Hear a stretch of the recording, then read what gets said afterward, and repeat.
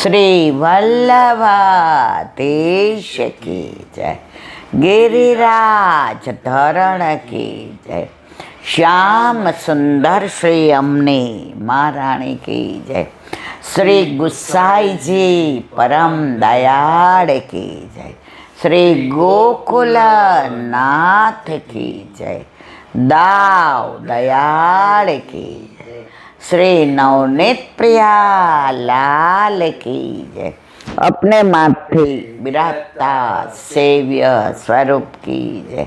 बधाई वैष्णव ने जा जा करीन जय श्री कृष्ण, जय श्री कृष्ण। काले पांचम लौकिक ने मर्यादा ने रीते लाभ पांचम। पुष्टि मार्ग में तो गोपाल आए सोही दीन निको, प्रभु घर में पधारे ए दिवसे लाभ ने ए दिवसे शुभ। આપણે પછી બીજું કંઈ જોવાનું હોતું જ નથી। પ્રભુ ઘરમાં હોય પછી રોજ લાભ જ છે ને શુભ જ છે। પણ કાલે ઘણાઈને ધંધામાં આ તે મુહૂર્ત ચોઘડિયા પ્રમાણે હવે બધા રૂટીનમાં આવવા મળશે સોમવારથી ને, અને ત્યાં ગોપાષ્ટમી આવશે। પ્રભુ પ્રથમ ગોચારણ ચલે કનાઈ, એનું આપણે આગલા દિવસે વિવરણ કરીશું। Time and tide wait for nobody. મોજાને આપણે શું કહેવાય, સાગરની તરંગો કોઈની રાહ નથી જોતી, એ તો એની રીતે ચાલે જ રાખે છે। એક શિષ્ય તો એ ગુરુદેવ પાસે ગયો, એ કે મારે તરતા શીખવું છે। એ કે પહેલાં નદીમાં શીખ, એ કે ના સીધુંમાં સમુદ્રમાં શીખવું છે। એટલે ગુરુદેવ એવું કહ્યું કે શીખવું હોય તો પહેલાં તું નદીમાં જા, આમ તેમ। ના હું તો પહેલાં એ કે સારું। ગુરુદેવને ચિંતા થઈ કે સારું તો કીધું, જો ગુરુને શિષ્યની સેવકની ચિંતા પોતાના બાળકો કરતાં પણ વધુ હોય। એટલે ઓલો તો સમુદ્ર કિનારે ગયો,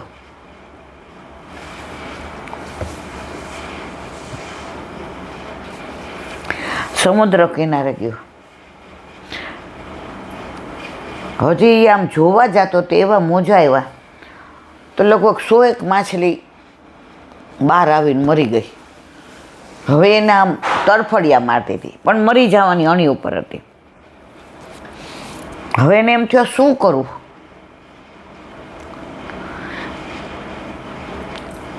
હવે એને એક જ હાથ હતો, એક હાથ આમ હતો, એક જ હાથ। હવે એક હાથમાં તો કેટલી માછલી આવે, એક કે બે જે આવે ને એ લઈને દોડતો નાખે, એટલે ઓલી માછલી પાછી તરફડિયા મારતી હોય ને એકદમ હળવડ હળવડ થઈને રાજી થઈ જાય, પાછી અંદર વહી જાય। પાછો આવ્યો, પાછી 2 માછલી લીધી ને પાછો ગયો। હવે ગુરુદેવ દૂરથી આવતા હતા તો આ બધું જોતા હતા। લગભગ 10 માછલી એણે બચાવી। ગુરુદેવ આવ્યો, તું તરવાનું શીખવા આવ્યો છો ને, આ શું કરસ?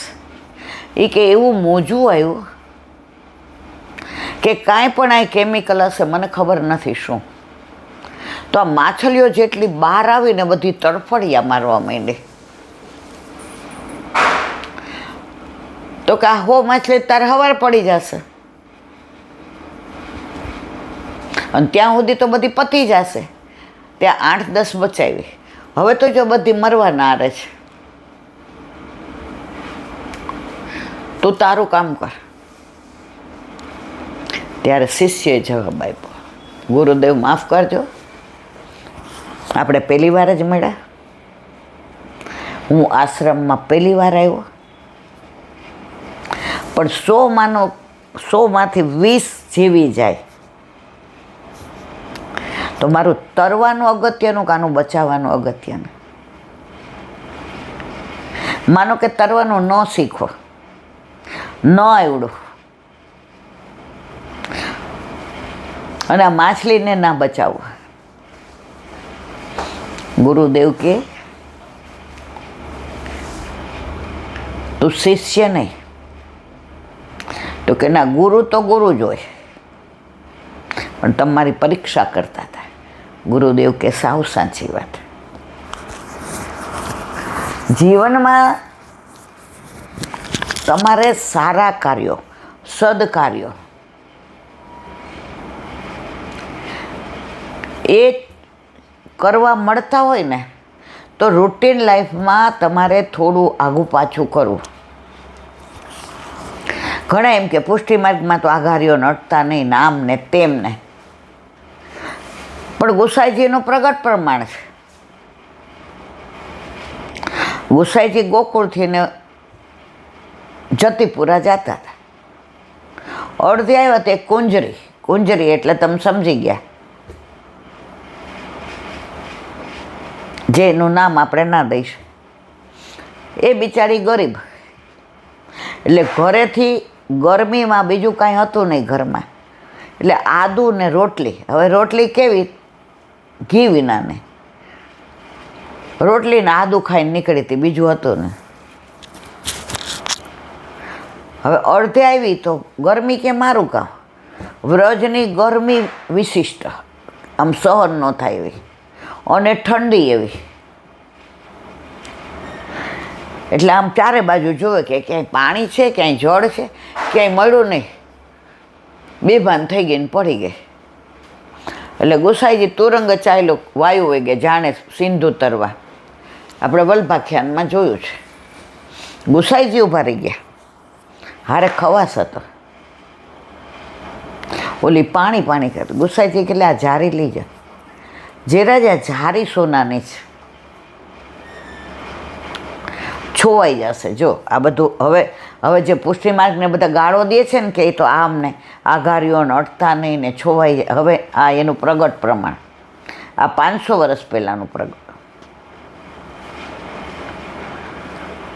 એ કે ઝારીજી બીજા આવશે, જીવ બીજી વાર આવશે. જા, ઓલીને પાણી છાંટ્યું ને ઝારીજીને જળ દીધો, અને ઓલી આમ એકદમ સ્વસ્થ થઈ ગઈ. ગુસાઈજી સામું જોઈને 2 હાથ જોડ્યા. ઓલીએ કીધું, આ તો ગોકુળના કાનુડા છે ને? એ કે હા. ગુસાઈજીના ઝારીજીના જળથી એનું મન ફરી ગયું. એ ગોકુળ ગઈ.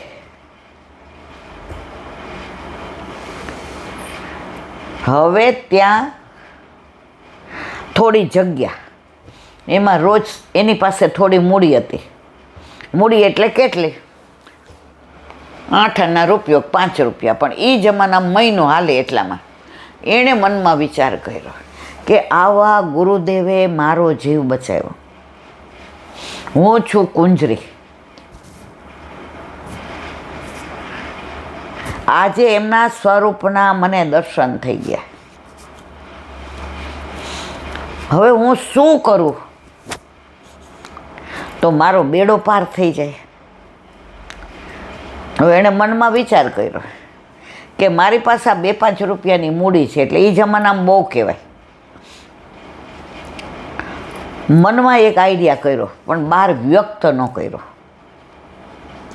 મોટી માર્કેટમાંથી બધી ટોકરી લઈ આવે. ટોકરી એટલે શાક, અને એ બેસીને પાથરણા ઉપર વેચે તાજું સુંદર શાક. અને કેટલું લાવે કે ગુસાઈજીનો ખવાસ આવે, બીજા બધા આવે તો 3 ગણો ભાવ કહે. હવે માનો કે અત્યારે રીંગણા આવે તો બધા રીંગણાનું પૂછે, તો 20ના 250 અત્યારે. ત્યારના તો 1 પૈસાના 5 કિલો આવતા હતા. હવે અત્યારનું હોય તો પછી 20 રૂપિયાનો 250. હવે કોઈ પૂછે એટલે કે 100ના 250, એટલે કોઈ ઊભું રહે ત્યાં. એટલે જે લૌકિક લોકો હતા એ બધા કોઈ ભાવ પૂછીને વયા જાય. અને જેવા ગુસાઈજી ત્યાંથી પેલો ખવાસ લેવા આવે અને ગળામાં કંઠી જુએ, અને એ ખવાસ ગુસાઈજી ભેગો હતો ને એણે જ ઝારીજીથીને જલ એને પાયું હતું. એ આવે એટલે પૂછે. હવે 20ના 250 એ 10ના લાવી હોય, 20ના વેચે તો 10 મળે, પણ એ 10ના લાવી હોય તો એમ કે એકાના 250. એટલે એટલો વિનિયોગ એમનો ત્યાં થાય. હવે શાક લઈ જાય ઓલો તો 2-4 દી થયા એટલે ગુસાઈજીએ સરાહના કરી. એ કે આ ટોકરી ક્યાંથી લાવશ? પ્રભુ બહુ પ્રેમથી આરોગ્ય છે, તાજું હોય, સરસ હોય છે, સુંદર હોય છે, મીઠું હોય છે, અને લીલોતરી તો જોઈ કે પ્રભુ તો પ્રેમથી આરોગ્ય છે. એટલે કે નવી એક ઓલી કુંજરી બેસે છે ને, આ ભૂલી ગયો જેને જળ પાયું તું એ આજ. હવે એમ કરતાં કુંજરી પાસે જે એની મૂડી હતી, 1.5 મહિનો થયો, ખલાસ થઈ ગઈ. એનો ઈરાદો એ જ હતો કે મારું સર્વસ્વ સમર્પણ મારા ગુરુદેવમાં થઈ જાય. પણ સીધી રીતે તો ગુસાઈજી કોઈનું લે જ નહીં. હવે જે દિવસે એના પૈસા ખલાસ થયા એ દિવસે પેલો લઈ ગયો, અને એને એવો તાવ આવ્યો કોડે કુંજરીના. એ સમજી ગઈ કે હવે મારે લીલામાં જવાનું છે, મારો અંગીકાર ગુસાઈજીએ કરી લીધો છે, એટલે બીજો જન્મ તો હું એમની સેવક જ થઈશ, દાસી થઈશ, વૈષ્ણવ થઈશ. હવે યમુના કિનારે આવી અને ગુસાઈજી સાંજે સંધ્યાવંદન કરવા ત્યાં આવે. આ શાક સવારે વેચે, એટલે ત્યાં ઊભું રહેવાય નહીં, બેસાય નહીં, પડી ગઈ ત્યાં. નામ બોલે, વિઠ્ઠલ વિઠ્ઠલ, વિઠ્ઠલ વિઠ્ઠલ, વિઠ્ઠલ વિઠ્ઠલ.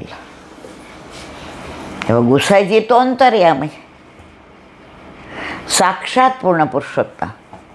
એને તો ખબર હતી આ જીવ આપણો છે, દૈવી છે, પણ દોષના કારણે એ આ ખોટી યોનિમાં આવી ગયો છે. હવે એના એ કર્મો પૂરા થયા, એટલે હવે એનો અંગીકાર કરીને આવતો જન્મ પાછો એ આપણે ત્યાં જ આવશે. એટલે ગુસાઈજી એવા સંધ્યાવદન કરવા. ખવસને કે તું જા, હું આવું છું. કુંજરી સૂતા સૂતા વિઠ્ઠલ વિઠ્ઠલ, વિઠ્ઠલ વિઠ્ઠલ. ગુસાઈજી ત્યાંથી ચાલ્યા. ચરણ એની બાજુ તો ઓલી એ ચરણ સ્પર્શ કરી લીધા. ઘણામાં એવું છે, અને ઘણામાં એવું છે ગુસાઈજીનો ઉપરનો અડી ગયો, જે હોય તે. પણ સ્પર્શ કોનો થયો? ગુસાઈજી. અને જેવા યમુના કિનારે બેઠા ત્યાં કુંજરી લીલામાં પહોંચી ગઈ. બીજે દિવસે ખવાસે કીધું આ એ કે ઓલી બેસતી હતી ગુસાઈજી અહીંસા, કે હવે એ નહીં વેચે. એ હવે ઠાકોરજીના હાથે વેચાઈ ગઈ. અને બીજા ઓલામાં એનો અંગીકાર. તો મારે કહેવાનો આશય એ છે કે આપણામાં કોઈ એવી છૂવાછૂત નથી. વલ્લભ હોય કે વિઠ્ઠલ હોય, ગુસાઈજી હોય, હરિરાયજી હોય, ગોકુલનાથજી હોય, અને આજની તારીખ સુધીના બાળકો જ્યાં જીવની પેલી થતી હોય ત્યાંય પહોંચી જ જાય. તો પુષ્ટિમાર્ગ તો બધાનો વિચાર કરે છે, પણ જ્યાં આપણી દ્રષ્ટિ એવી હોય એમાં કોઈ શું કરી શકે?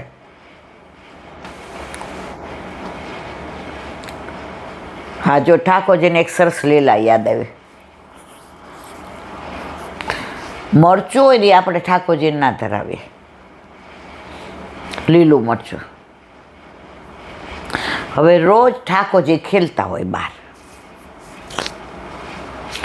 અને જેવા નંદ બાવાને યશોદાજી કહે ને ભોજન કી તૈયારી હો ગઈ હૈ, આવો. એટલે નંદ બાવા તરત કહે, લાલા કहाँ ગયા? ઠાકોરજી આટલા વર્ષે એ એવું માનતા હતા, ઠાકોરજીએ પ્રભુએ મને આટલા વર્ષે આ દીકરો આપ્યો. ઠાકોરજી મનમાં હશે કે જેણે આપ્યો છે એ જ હું છું, હું જ તમારે ત્યાં દીકરો બનીને આવ્યો છું. એટલે ખેલતા હોય એટલે યશોદામાં બૂમ પાડે, કોને? દાસીને, કે લાલા કો બુલા કે લાવો. હવે આ ખેલવામાં એવા મસ્ત હોય ને, આવવું ગમે નહીં. એટલે દાઉ ભૈયા કે મેં જાઉં, મૈયા બોલાવે, આનો હે કે નહીં આનો? દાઉ ભૈયા ન જવા દે, કારણ કે જો દાઉ ભૈયા જાય તો પોતાને ખીજાય ને. આ તો ચતુર શિરોમણી. ના દાઉ ભૈયા, મારો દાવ બાકી છે ને એ લઈ લ્યો, પછી જાઓ. હવે દાવ દેવામાં ઠાકોરજી એને બધું ગમે રમવું, પણ દાવ દેવાનું આવે પછી છુપા છુપી હોય, દોડા દોડી હોય, દાવ દેવો ગમે નહીં. હવે એણે જોયું કે જો દાવ ભૈયા વયા જશે તો મને વઢ પડશે. દાવ ભૈયા મેરો દાવ. દાવ કે હા તું આ તો ડાયો થઈ ગયો. એટલે મધુમંગળને, શ્રીદામાન, તોકને, ધનસુખાન, મનસુખાન, चल लाला दाव दे दे फिर सब खाने को जाए.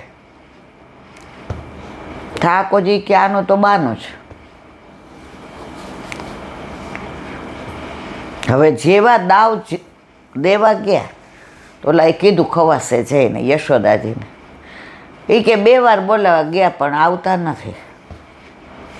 યશોદાજી ઉઘાડા ચરણે નીકળ્યા બાલ.